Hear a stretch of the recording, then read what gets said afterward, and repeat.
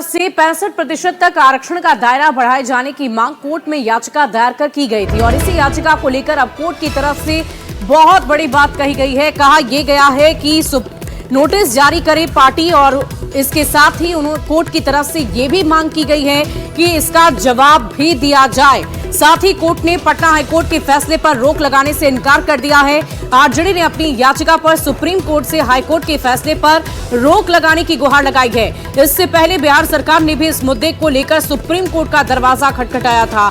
RJD ने अपनी याचिका में पटना हाईकोर्ट के फैसले को चुनौती दी है, जिसमें वंचित, आदिवासी और पिछड़ा वर्ग के लिए आरक्षण 50% से बढ़ाकर 65% करने के कानून को रद्द कर दिया गया था।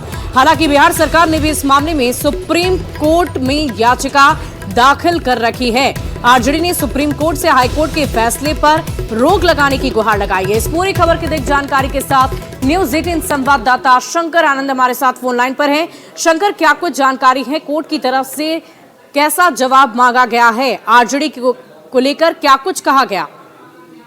देखिए, जिस तरह से आज सुप्रीम कोर्ट में इस मामले को लेकर सुनवाई हो रही थी और जिस तरह से कोर्ट ने एक बड़ा फैसला सुनाते हुए पटना हाई कोर्ट के फैसले पर रोक लगाने से फिलहाल इनकार कर दिया है। जिस तरह से अगर मामले की बात करें तो बिहार में पिछड़ी जातियों के आरक्षण कोटा को बढ़ाकर जिस तरह से 50% से बढ़ाकर 65% करने का जो कानून को जिस तरह से बकायदा रद्द किया गया है, तो इस मामले पर जो राज्य के जो प्रमुख विपक्षी पार्टी है राष्ट्रीय जनता दल की ओर से एक याचिका दायर की गई थी और इसी मामले पर सुप्रीम कोर्ट में सुनवाई हो रही थी। हालांकि उस याचिका पर सुप्रीम कोर्ट ने एक नोटिस जारी किया है और इस मामले पर जवाब मांगा है। और जिस तरह से अगर मामले की बात करें, हाईकोर्ट की बात करें, तो हाईकोर्ट के फैसले को चुनौती देने वाली जो पार्टी आरजेडी का जो कहना था कि तमिलनाडु की तर्ज पर बिहार में भी आरक्षण की व्यवस्था लागू हो और इसे 9वीं अनुसूची में शामिल किया जाए ताकि न्यायपालिका के समक्ष किसी भी चुनौती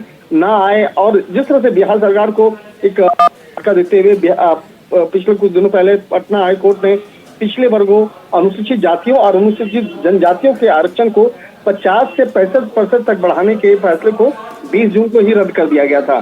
तो एक तरह से कह सकते हैं कि जिस तरह से आज सुप्रीम कोर्ट का एक बहुत बड़ा ऑब्जर्वेशन सामने आया है और पटना हाई कोर्ट ने जिस तरह से साल 2023 में बिहार विधानसभा द्वारा पारित संशोधनों को खारिज करते हुए कहा था कि वे संविधान के शक्तियों से परे हैं और संविधान के अनुच्छेद 14, 15, 16 के तहत समानता खंड का उल्लंघन करते हैं। तो एक तरह से कह सकते हैं कि जिस तरह से आज इस मामले पर सुप्रीम कोर्ट ने एक नोटिस जारी किया है और इस मामले पर जवाब मांगा है। इसके साथ ही कोर्ट ने पटना हाईकोर्ट के फैसले पर रोक लगाने से साफ तौर पर इनकार कर दिया है।